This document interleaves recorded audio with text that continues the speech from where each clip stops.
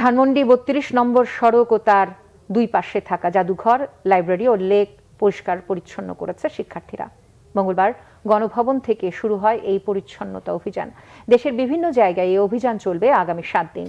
শিক্ষার্থীরা জানিয়েছেন, নিজের বাসার পাশে ধ্বংসস্তূপ থেকে পরিচ্ছন্নতা কর্মসূচি শুরু করলে দেশ এমনিতেই পরিষ্কার হয়ে যাবে।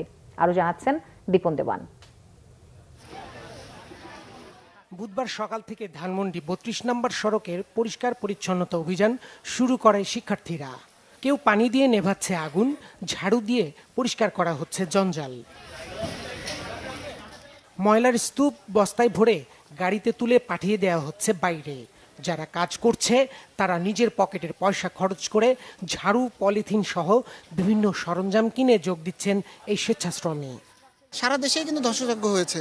তো আমার মনে হয় যে যারা নিজেদের মহল্লায়, নিজেদের বাসায় ওইখান থেকে শুরু করেন, তাহলে কিন্তু সারা দেশ ক্লিন হবে। না হলে ছোট ছোট সংগঠন করে সারা দেশে যাওয়া পসিবল না।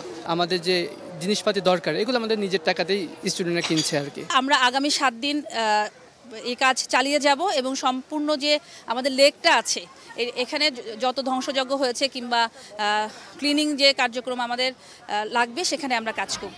বঙ্গবন্ধু জাদুঘরের ভেতরে থাকা ধ্বংসস্তূপ পরিষ্কার করা হয়েছে।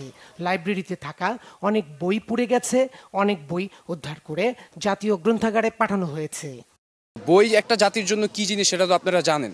তো বইগুলো যতটুকু পারছি আমরা সেভ করছি। কালকে আমরা প্রায় অনেকগুলো বই জাতীয় গ্রন্থাগারে পাঠিয়ে দিয়েছি আর্মিদের সাহায্যে। আবারও কেউ যেন পোড়াতে না পারে, সেটার জন্য সবাইকে অনুরোধ, সবাই একটু খেয়াল করবেন, কারণ আমাদেরই তো রোড আসলে। ৭ দিনের মধ্যে বিভিন্ন স্থাপনা সহ সকল জঞ্জাল পরিষ্কার করা হবে বলেও জানায় শিক্ষার্থীরা। দীপন দেওয়ান, বাংলা ভিশন, ঢাকা।